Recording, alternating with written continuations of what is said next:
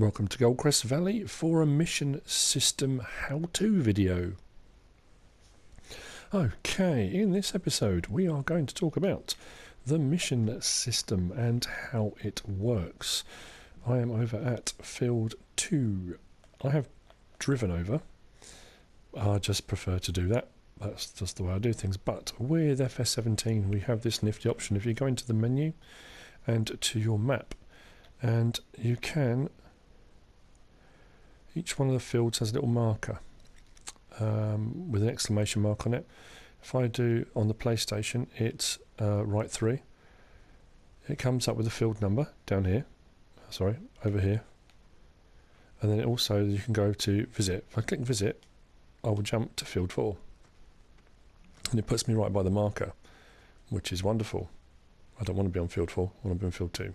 So I'm going to go back over to field 2. Let's put me on my vehicle, not on there. Try that again, there we go. So field 2's come down in the bottom right hand corner. The visit icon's highlighted, visit, and it takes me back to there. So you can jump from field to field if you want to. So each field's here, it has a marker with it. You can also check in the main menu for the fruit type that's growing in that field. You can check on the growth of that field, and you can check on the soil composition. Now according to this, it needs another fertilising, I think, because it's not very dark blue. That's why I've come over to this one. We're going to see that now. So if I go onto the marker on PlayStation, I click L3, and there we go. So you have the person whose field is Victor Robinson, field number 2, the area of the field, and the value if you were going to buy it. There's a little green bar just under his name. The more jobs you do for Victor Robinson, the more the green bar goes up. If the green bar goes up, the price of the field drops. So you can pick up the fields cheaper the more jobs you do for them. So it's kind of a win-win. Top right hand corner, it tells you what they're going to pay you for the job. Gives you a bit of a description. Rough thing there. Then it says time for this mission 5 minutes and 5 minutes 56 seconds. And then it gives you the equipment you're going to use. The Stiller 460 sprayer, you've got a front weight, and the Massey Ferguson 7700 or 7700. If I come out of this now and then go back in again, I have noticed the price they're prepared to offer you changes. And somebody has also said that if you come out and go back in again, it gives you a different selection of equipment. That could be why the price changes, and it could be... I haven't checked that, but I will have a look at that later on. Quick add-in on what I was saying. That's the equipment it's given me. Series 7, Stiller 460, 2,860. If I come out... Oh, there we go. It's now giving me a Puma CVX with a sprayer, 2,186. Come out. It's now offering me a T6 with a Stiller 460. So it does offer you different vehicles if you come out and go back in again. The price does vary, I think, depending on the amount of time it will take you to do it. But yeah, it does do that. But anyway, so that's the options.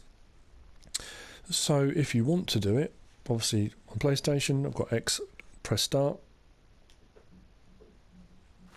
and I've got the equipment. So I'm going to start with the Massey Ferguson, and the great thing is with doing this, you don't have to have your own equipment. The farmer provides it all. Now you can be a bit canny with doing this, in that if you're clever and there's a field you've got your eye on and it's got a crop in it that you want, you can do all the missions on it. So just open this up. I am going to put my help window on, just a shame. This is a wide boom on this, as I recall, which is quite handy, but the time's already running down, so the amount of time I spend mucking around, I'm wasting time. So there we go, wide boom on this one. Turn it on, and you can raise and lower it if you want to, get about the field height. Cruise control on, and off I go, which is great. So you don't have to have the equipment. Farmer provides it all. It's a chance to have a go at different equipment. I like the mission system because it gets you out of the habit, I mentioned it in one of my episodes, out of the habit of just setting workers on jobs. It means you have to do the jobs. You're learning to use equipment you can't afford yet necessarily. It's kind of a try before you buy kind of thing as well. You get to have a go and think whether you might use something or might not. Top right hand corner, we have got a circle which is changing. It's changing green. The green is telling me how much of that field or how much of the job I've done. Now if I come up now, you should be able to see a slight difference in colour. It's quite hard on the fields where you've got crops already in them to see. Now I don't want to keep mucking around with the mission system on this, but if I go into the main menu, because I think the timer still carries on pinging down, if I go into the main menu, go back to my map and then zoom in up the top there, it will show me where I've been, where I'm going. So if you miss a bit, you'll be able to see it quite easily where you've missed bits, because if you get to the end and you haven't completed the job, you'll then know why. Okay, so carry back on again. So yes, it's I think the mission system's brilliant, because the crops take quite a while to grow if you don't speed up time now. Roughly 3 days of real game time, which is a long time for your crops to grow, but this does mean you can do other jobs while you're waiting, and you can make money, which is great. Now this will also give you a little bit of leeway if you miss a little bit, and if you're a bit OCD like I am, you think, oh, I'll go back for it, be aware of the time, because you get a time bonus as well. The quicker you do the job, the bigger the time bonus. So if you go backwards and forwards trying to get all the little bits, your time bonus obviously drops off. And these fields, generally speaking, I've managed to do every job I've done, I've managed to do in about half the time it's given me, which is fantastic. And it also allows you a bit of leeway for missed crops. So if you miss any spraying, miss any ploughing, miss any, anything you've been asked to do, it does give you a bit of leeway. So this will let me finish this even though there's a few little bits I might have missed. Now that circle is almost closed up now, and there's probably going to be bits I've missed because I'm chatting away, but it might close up in this little bit now, and when it finishes, please finish, there we go, it then says some kind of comment, great job, you bought your A game, those kind of things. It will tell you what the reward was, what they offered you in the first place, and then your time bonus. The time bonus will fluctuate. If you do it very, very quickly, higher time bonus. Take a long time, the time bonus drops. But 4,600 for doing that job. That, in essence, is the mission system. You can bounce around the map, and depend on the growth state of the field, it could be slurry spreading, it could be ploughing, it could be cultivating, it could be seeding, it could be fertilising, it could be harvesting. If you get to a field and it needs to be harvested, I often think that you're more in luck there, because you can harvest it and then the jobs will bounce. So you'll harvest, then you'll slurry spread, then you'll plough, then you'll cultivate, and then you'll seed.